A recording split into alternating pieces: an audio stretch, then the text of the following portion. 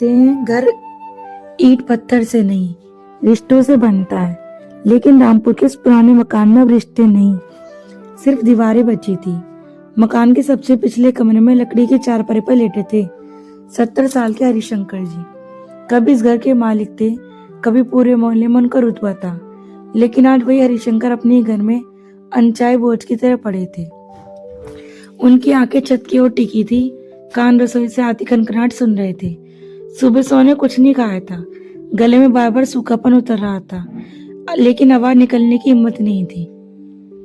बाहर बहू काव्या की आवाज आई, आज बहुत काम है, फालतू सवाल मत करना। ये बात किसी और से नहीं, उन्हीं से कही गई थी। हरिशंकर ने आंखें बंद कर ली। उन्हें याद आया जब यही काव्या पहली बार इस घर में बहू बनकर आई थी तो उन्हें उसे बेटी की तरह अपनाया था। अपनी पेंशन से उसके लिए गहने बनवाए, उसके मायके मदद की। लेकिन वक्त ने ऐसा पलटा खाया कि आज वही बेटी उन्हें 2 वक्त की रोटी के लिए तरसा रही थी। काव्या का मन आज अजीब तरह से चिड़चिड़ा था। पति रोहन सुबह से ऑफिस चला गया था और जा जाते साफ कह गया था, शाम को उसके दोस्त आ रहे हैं, घर ठीक ठाक रहना चाहिए। काव्या को अपने ससुर की मौजूदगी घर की शोभा बिगाड़ती लगती थी। उसे लगता था कि बूढ़ा आदमी बस खर्चा है, कोई काम का नहीं। वे रसोई में सब्जी काटते हुए बड़बड़ा रही थी, हर वक्त कुछ ना कुछ चाहिए इन्हें, जैसे मैं इनकी नौकरानी हूँ। उसे याद नहीं रहा कि ये हाथ कभी उसके सिर पर आशीर्वाद रखते थे। दोपहर ढलने लगी, धूप आंगन में खिसक कर कमरे की दहलीज तक आ गई।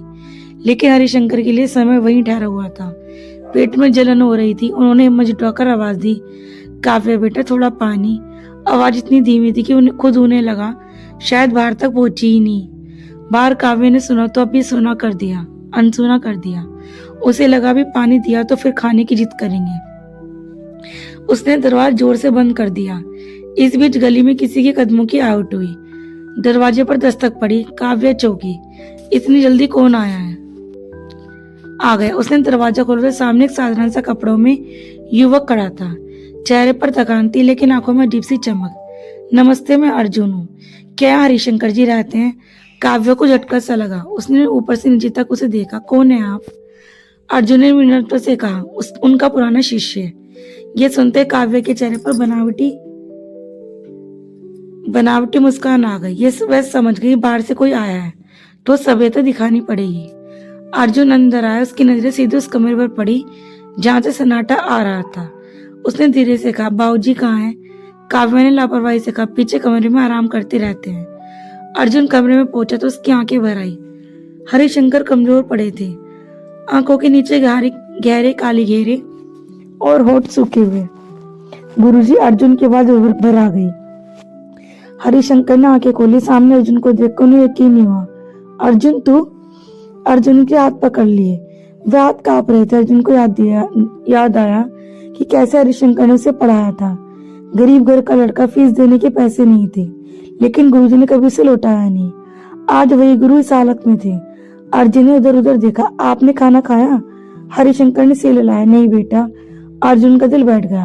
वे बाहर गए और काव्या से बोला, आपने इन्हें खाना क्यों नहीं दिया?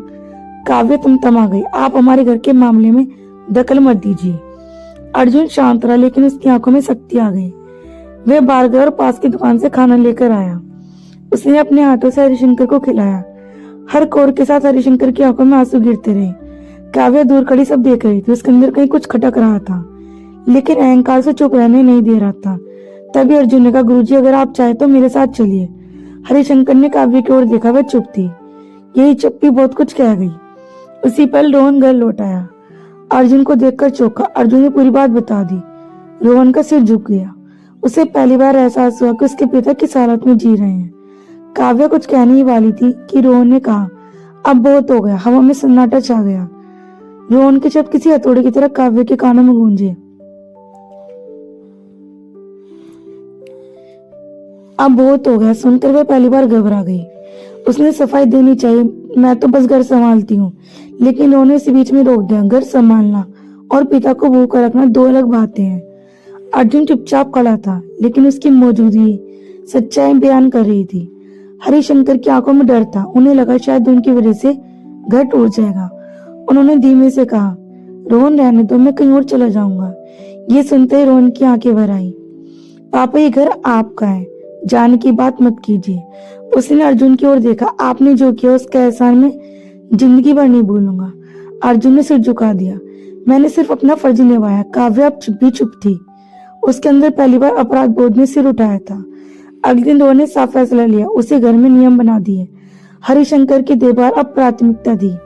काव्य के सब नागवारा गुजरा। उसे लगा उसकी आजादी छिन रही है। कुछ दिन तो घर में तनाव रहा। काव्य ताने देती, चुपके चुपके हरिशंकर को एहसास दिलाने की कोशिश करती कि वे बोझ है, लेकिन अर्जुन बार बार आता रहता। वह हरिशंकर को बाहर टहलाने में ले जाता, उनसे बातें करता। धीरे धीरे हरिशंकर की सेहत में सुधार होने लगा। उनके चेहरे पर रौनक लौटने लगी। एक दिन अर्जुन ने उन्हें बताया कि उसने एक छोटा सा स्कूल शुरू किया है जहाँ गरीब बच्चों को पढ़ाता है। ये सब आपकी वजह से है गुरुजी, अर्जुन बोला। हरिशंकर की छाती गर्व से भर गई। उस पल काव्य ने सब सुना। पहली बार उसे एहसास हुआ कि जिस इंसान को वह बेकार समझती है वे किसी की जिंदगी की नींव था। लेकिन अहंकार आसानी से नहीं टूटता। एक दिन रोहन अर्जुन किसी काम से बाहर गए थे। काव्य ने गुस्से में हरिशंकर से कह दिया, आपकी वजह से मेरी जिंदगी खराब हो गई। यह सुनकर हरिशंकर सन्न रह गए। रात को उन्हें तेज बुखार आ गया, हालत बिगड़ने लगी। जब रोहन लौटा तो घबरा गया। अर्जुन की मदद से उन्हें अस्पताल ले जाया गया। डॉक्टर ने कहा, इन्हें भावनात्मक सदमे से कमजोर कर दिया है। अस्पताल के बाद काव्य पहली बार फुट फुट कर रोई। उसे अपनी गलती साफ दिखने लगी। वह अंदर गई, हरिशंकर के हाथ पकड़ लिए। बाबूजी मुझे माफ कर दीजिए। हरिशंकर ने कमजोर हाथों से उसके सिर पर हाथ रखा। गलतियां इंसान से ही होती है बेटी। ये शब्द काव्य के लिए किसी सजा से कम नहीं थे। कुछ दिन बाद हरिशंकर घर लौट आए। अब माहौल बदला बदला था। काव्य खुद उनके लिए खाना बनाती, दवा देती। उसका विवाह सच में बदल चुका था। अर्जुन ने दूरी बना ली। उसे लगा उसका काम पूरा हो गया।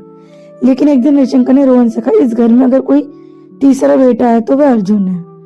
समय बीतता गया। काव्य ने जाना कि रिश्ते मजबूरी से नहीं, जिम्मेदारी होती है। जिस दिन उसने दिल से यह स्वीकार किया उसी दिन घर से फिर घर बन गया। हरिशंकर अक्सर आंगन में बैठकर बच्चों की आवाजें सुनते और मुस्कुराते। उन्हें अब रोटी के लिए तरसना नहीं पड़ता, क्योंकि घर में अब संवेदना लौट आई थी। दोस्तों, ये कहानी यही खत्म नहीं होती, बल्कि यहीं से एक नए रिश्ते, नई सोच, नए इंसान की शुरुआत होती है। क्योंकि कभी कभी एक अजनबी की दस्तक पूरे घर की किस्मत बदल देती है। दोस्तों, मेरी ये कहानी आपको कैसी लगी कमेंट बॉक्स में जरूर बताइएगा। अगर थोड़ी सी भी अच्छी लगी हो तो प्लीज इस वीडियो को लाइक और शेयर जरूर कीजिएगा। राधे राधे दोस्तों, कल फिर मिलते हैं एक नई कहानी के साथ।